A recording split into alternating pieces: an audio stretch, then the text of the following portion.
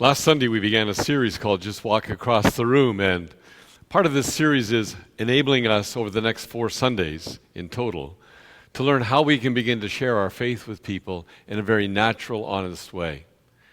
A lot of people are really intimidated by this, but I want to assure you, it's as easy as learning just to walk across the room. As we explore this topic, we looked at last week as the reason we walk across the room is simply because we want to be able to ultimately talk about the greatest gift that a person can ever hear. And the greatest gift that anyone can ever receive and know and experience is that the Creator of heaven and earth loves you intimately and personally and has a purpose for your life. Last Sunday, at the end of the service, there was a small little card in every bulletin. And we asked you to write the name of one person, a person that is important in your life, or a person that maybe God is prompting you to build a relationship with. And as you wrote the name of that person down, that you would think about and pray about how God is going to build relationships between you and that person. And we said we would leave these names here for 1 month, and we would be praying for these people that somehow God is going to give us an opportunity to just walk across the room, build a relationship, and then see what God is going to do as He opens all kinds of doors and opportunities for us to be engaged in life. So did you find yourself thinking about these people? I wrote the name of a person, and several times throughout the week, I found myself thinking about this individual and wondering, what is God going to do? Because the reason we have focused on this is that we want to receive the opportunity to maybe ultimately have the experience of introducing them into a relationship with God. We don't know how long it's going to take. I mentioned last week that I was working on a relationship and building a relationship, and it took me almost 10 years. So we want to be in step with the Spirit of God and to see how He is working and moving in people's lives. But we need to keep thinking about, God, give me an opportunity to speak into their life about the greatest gift that they can ever experience in life, and that is having a relationship with the Creator of heaven and earth. So there are 3 things that we wanted you to remember from last week, and so let me just quickly remind you of what they are. The first thing is this, that a lot of us live in a very comfortable zone. We have all kinds of relationships with people, and somehow we're going to step out of this comfort zone into what we call the zone of the unknown. We're not really sure how it's going to all begin to unfold. And for some people that can feel a bit uncomfortable, especially if you're more of an introvert than an extrovert. Extroverts love meeting people. I have a sister who's an extreme extrovert. She'll become your new best friend if you're standing in the grocery line at the store. But the second thing is, I have to start to learn to listen to the prompting of the Spirit. How is God nudging me to move into a zone of the unknown, which maybe is out of my comfort? And how do I begin to do that? And I want to share a little bit this morning about how you can start to understand these words called the prompting of the Spirit, or is God directing me or moving me to enter into the zone of the unknown? And then the third thing we have to do is just to do it. That I have to walk across the room and connect with people. And we suggested last week you could even try it at coffee. During the coffee hour, if you want to go there, I'm sure there are people that you have never met. Did you ever just look at them and say, maybe I could go over and just simply say hello? That is usually one of the first steps in the building of any type of a relationship. And we think, oh, I got to take that walk across the room. But remember this, that the Creator of heaven and earth took a walk across the universe in the person of His Son Jesus, who left the glory of heaven took on human form and came and identified with each one of us. God took a walk across the room. So if I've decided that I want to respond to the prompting of the Spirit of God, now what am I going to do? I'm walking across the room. What do I do? Or what do I say to people if I've moved across the room and now we are face to face? Well, the first thing this morning we want to talk about is we need to learn to develop friendships. You know, it's interesting. Jesus said, I don't call you servants. I call you my friends. Isn't that an amazing term? Jesus said, I call you my friends. And if we think about it, friendship is really important to every single person. To be all by yourself and to be alone must be a rather sad existence, feeling very lonely and wondering who is going to be there for me. And so at the very heart of a Christ follower is someone who is searching for new friends. Maybe we need to understand that as part of our commitment and calling as a follower of Jesus, that I will be searching to build new friendships, that I'm going to be looking for ways whereby I can start to connect with different people. Now, if we did a survey here this morning, I am sure that all of us here have some friends, and with those friends in particular, we feel very comfortable with them. We can sit down and chat, we can phone them up, they can drop in for coffee. Some of us have extensive relationships whereby we might even go on vacation together with some of our friends. And we find that this is our comfort zone, and this is where we like to be. But there may be others that God is calling us to interact with, and they could be outside of our comfort zone. It could be someone who's a coworker. It could be a neighbor. It could be someone that is a complete stranger. Maybe they have just moved into the community. It could be someone in here that you have seen Sunday by Sunday, but you don't even know their name. And to reach out to them could be a bit of a stretch in your comfort zone. So those could be some of the people. But if we are also really honest with ourselves, there's probably some people that intersect with our life that we just can't stand. Some people we're not too fond of, if we're really going to be honest. Maybe it would be a business partner who took all your money. Or it could be someone who has wounded you in the past with the words that they have said, and you have never gotten over it. Or it could be actually an entire group of people. It could be, for example, people who do not belong to the same political party that you do. And they're not going to vote the same way that you're going to vote come the end of October. It could even be people who are from a different cultural background than what you are from. But you see, if I'm going to love and connect with people who are outside of my zone, there might need to be some qualifiers. And maybe I am thinking, all right, God, I will connect with people that are outside of my comfort zone, but those people need to be nice. And those people need to be relatively stable. And above all, they better be deserving of my friendship. Because I am going to become not their new BFF, but I'm going to become their friend. So Jesus tells an amazing story in the Gospel of Luke, chapter 16.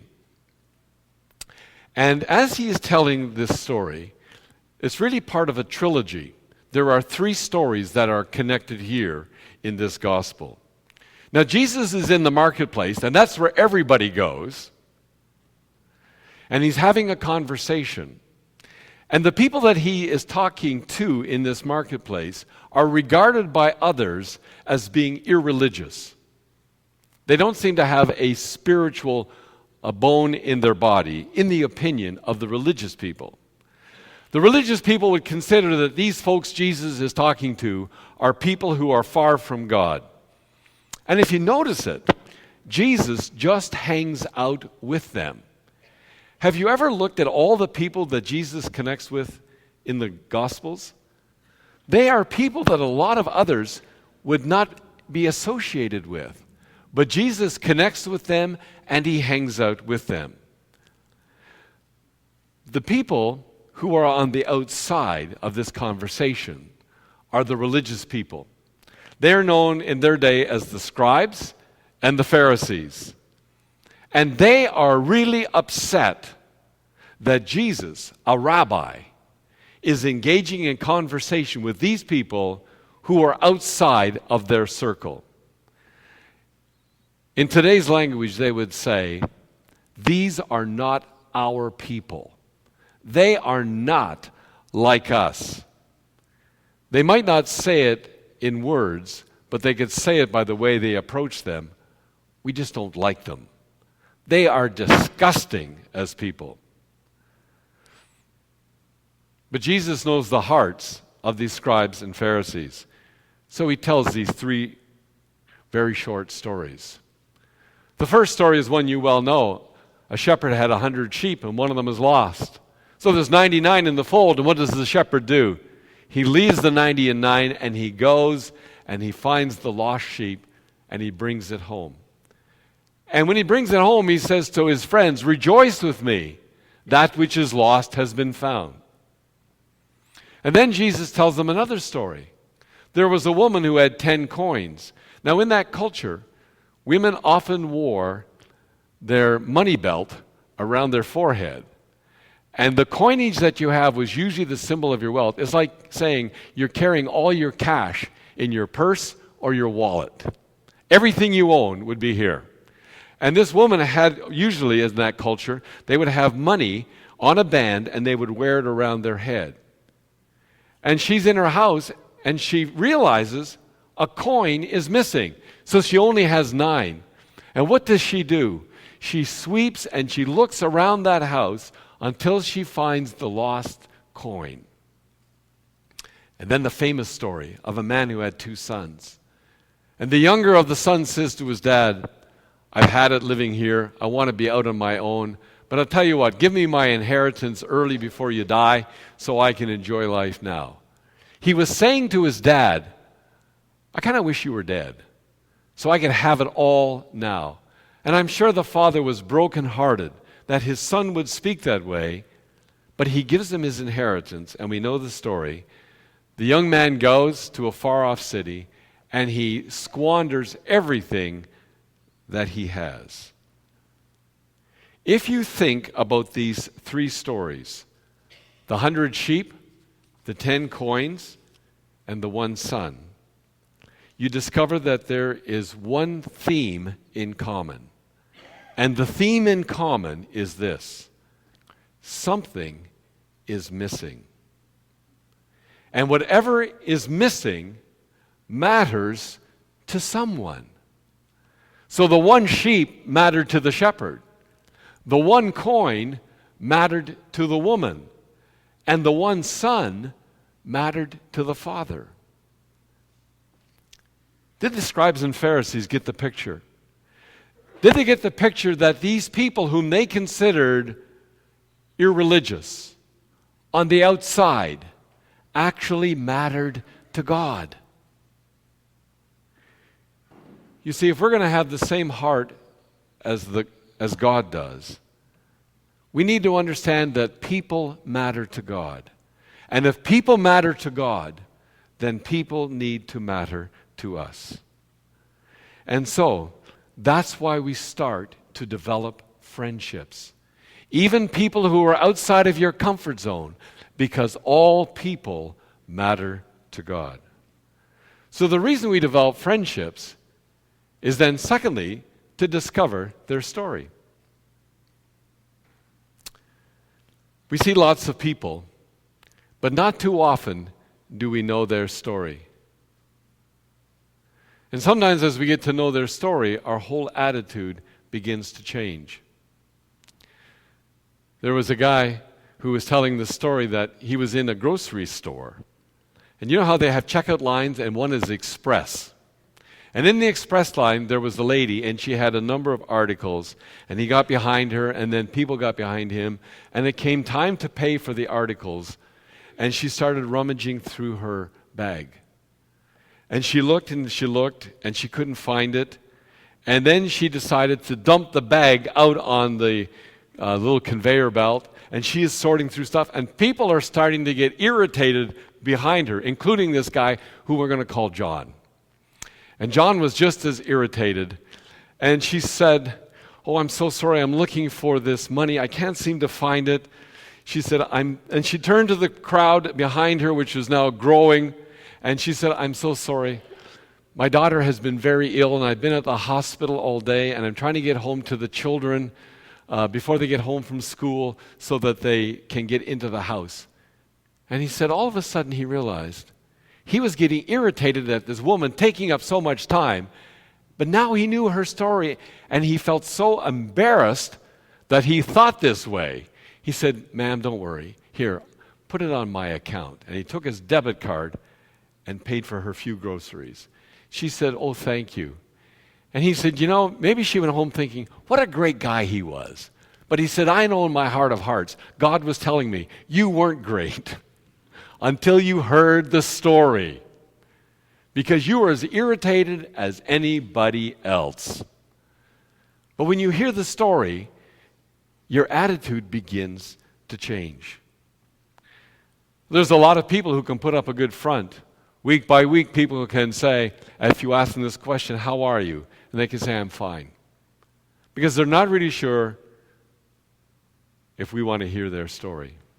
So Jesus tells two stories that are really helpful for us to understand. And it is in the reading of the gospel this morning in Mark chapter 5. Jesus has just returned from crossing the lake in a boat. And it seems to be in the story of Jesus, always large crowds tend to gather around him.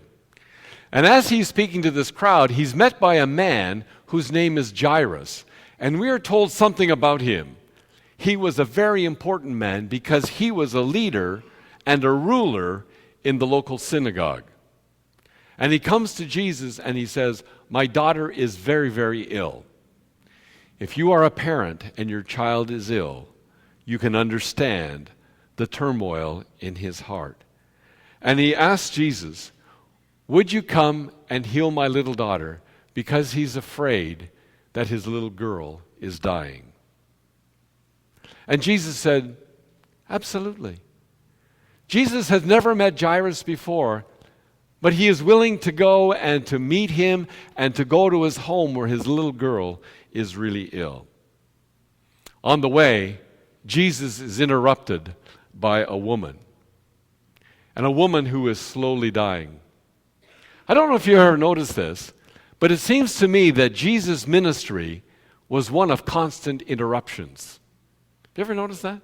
He doesn't seem to have too much of a day planner, but he has a life of interruptions. So here's a little sidebar. Maybe those interruptions in your day are God moments when God is bringing someone into your life whereby you and I can minister to them. So here's this woman.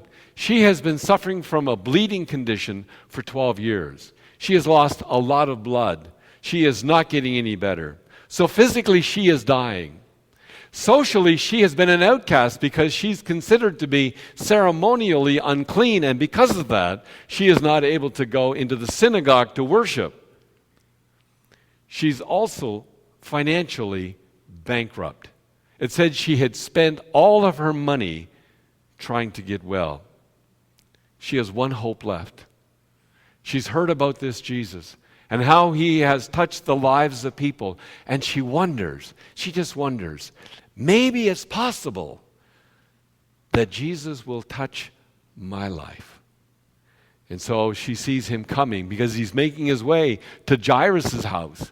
And there's this crowd following him. And she has got to get to Jesus, and she comes. And maybe some of them recognize her, and it would be like the parting of the Red Sea to let her through, because they don't want her to touch them, because they'll become unclean for a period of time. So she's able to get to Jesus, and she reaches out, we are told, and touches the hem of his garment. And then she hopes just to slip into the crowd. When she touches his garment, this long cloak that he is wearing, Jesus stops, and he asks this question, who touched me? I'm sure like the disciples were thinking, what do you mean, Jesus? Who touched you? There's a crowd. Lots of people are brushing by you. Some people maybe just want to shake your hand. I don't know. Why do you say, who touched me? He said, power has gone from me. And who touched me? Now put yourself in the place of that woman. If it was you, how would you have felt when Jesus says in this loud voice, all right, who touched me? Well, you might have felt embarrassed. You might have known, I have violated the purity law, now Jesus is unclean. Well, if I speak up, maybe he's going to yell at me, because there are lots of people who would yell at me if I came into their zone. And here's what the text says. Trembling with fear. She's shaking like a leaf in the wind. She comes up to Jesus, and I love this part of the gospel, and she tells him the whole story. She tells him about her life, what it's like to be so sick for 12 years, what it's like to have no one who cares about you and can come near to you because you are a social outcast, what it's like to have almost no hope left, and then to say, Jesus, you're my final hope. So why did Jesus call attention to this woman? Did he want to embarrass her? Not at all. But to let her know that she is healed and that she is loved. And she goes away whole. Now in the meantime, this distraught father is still there. And Jesus has stopped on the way to his house. And his little girl is really ill. And he too must trust Jesus, even as this woman did. And then someone in the crowds comes up and says, Jairus, don't trouble the master anymore. Your little girl died. And Jesus turns to him and says, Jairus, don't be afraid. Don't be afraid, just believe. And he goes to his house and he raises the little girl to health. Amazing stories of people's lives. And I'm sure many of us could tell our story in different ways. But as I think about it, and these two stories, the people in the stories are at the opposite ends of the economic, social, religious spectrum and different genders. There's Jairus. He's a male leader of the synagogue. He's a person of distinction. He's a man with a name. He has financial means. And then there's this other person. She is a woman. But you notice she has no name. She's nameless. She doesn't have honor in the community. And she is financially destitute. What I think the gospel is trying to tell us is this, that regardless of your place and status or gender in life, no matter what your circumstances might be, as you listen to the story of Jairus and this nameless woman, there's one key message.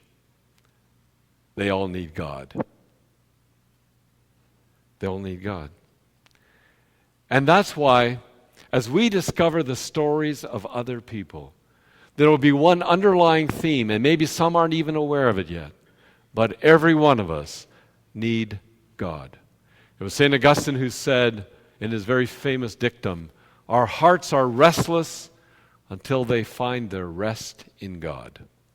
God has created sort of a space in our life that can never be filled by anything or anyone else apart from Him. And that's what these stories tell us. So we develop friendships, we discover people's stories, then we have to discern what are the appropriate next steps. And I think you simply pray, God, will you show me what I am to do? This is where you ask the Spirit of God to give you wisdom. James in his letter said, If you lack wisdom, ask God, and he will grant it to you generously and abundantly. Now, some people over the years have talked about what is called the prompting of the Spirit.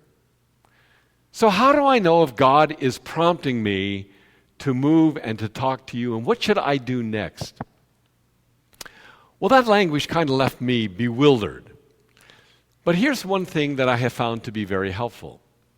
Years ago, I would find myself in a circumstance, and suddenly I could be working away, and for example, a person's name might come to my mind. And I think, I wonder why I'm thinking about that person. And I just started to dismiss it. But then sometimes their name kept coming up and up. So I decided I would try this little experiment. And so I said, God, if you are bringing this person to my conscious awareness for some reason, then help that name to stay there. And if it's just a passing thought, help me to just get on with the rest of my day. And what I discovered was if the name started to be persistent, I thought, I'm going to try something. I'm going to see what I can do. So very often it was someone in the congregation, or it could be another person that I had met in some other circumstance. And so I would phone them up. And I didn't say, God told me to give you a call. Because they'd probably say, all right, what did he say? And I didn't have a clue. So I would say something like, I've been thinking about you, and I thought I would give you a call. And what I started to hear over and over and over again was this: you have no idea how timely your call or your visit is in my life. I go, really? And then they would start to tell me their story. And the more I started to follow that inkling, the more I began to see results in ways I had never experienced before. Now, you see, if I phoned them up and said, I was thinking about you and I thought I'd give you a call and to see how things are going, they'd say, oh, that's nice, my day's going great. That's really nice of you to call. And I could just say, great, well, have a wonderful day. I wasn't made to look like a fool. They weren't embarrassed. And God was honored. And so in these other circumstances, what I found was, over and over again, that it was an opportunity to build a relationship. And now I had to discern the next steps. But I always live with this knowledge that I can't meet the deepest needs of anybody, but God can. And what people need more than anything else is that continuing encounter with the living God. And that God himself will speak to the deepest needs that people have in their life. So there's an amazing story that is told in Mark chapter 3. The Pharisees, we know, by and large, did not like Jesus. And they want to find some way to put him out of business. And they thought, let's catch him breaking Sabbath observances. The Pharisees loved to practice things legalistically. And one of them was on the Sabbath, they did very little. For example, their rules became so extreme that you could not take a cucumber on the Sabbath and dip it in a bowl of vinegar because that was considered the work of pickling. Isn't that bizarre?